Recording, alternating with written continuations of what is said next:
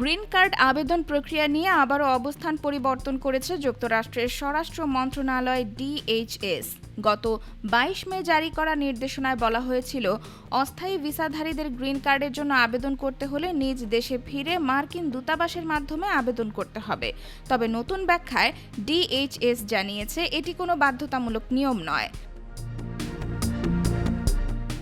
মন্ত্রণালয়ের এক মুখপাত্র জানিয়েছেন, আগের বিজ্ঞপ্তির উদ্দেশ্য ছিল অভিবাসন কর্মকর্তাদের তাদের বিবেচনামূলক ক্ষমতার বিষয়টি স্মরণ করিয়ে দেওয়া। অর্থাৎ প্রত্যেক আবেদনকারীর ক্ষেত্রে একই নিয়ম প্রযোজ্য হবে না।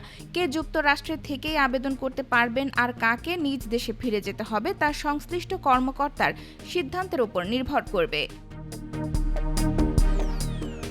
নিউ ইয়র্ক টাইমস এই সিদ্ধান্তকে ট্রাম্প প্রশাসনের একটি ইউ-টার্ন হিসেবে উল্লেখ করেছে, কারণ আগের ঘোষণার পর অভিবাসন আইনজীবী ও ডেমোক্র্যাট নেতারা আশঙ্কা প্রকাশ করেছিলেন যে এতে পরিবার বিচ্ছিন্ন হওয়া, অতিরিক্ত খরচ এবং প্রশাসনিক জটিলতা বাড়বে।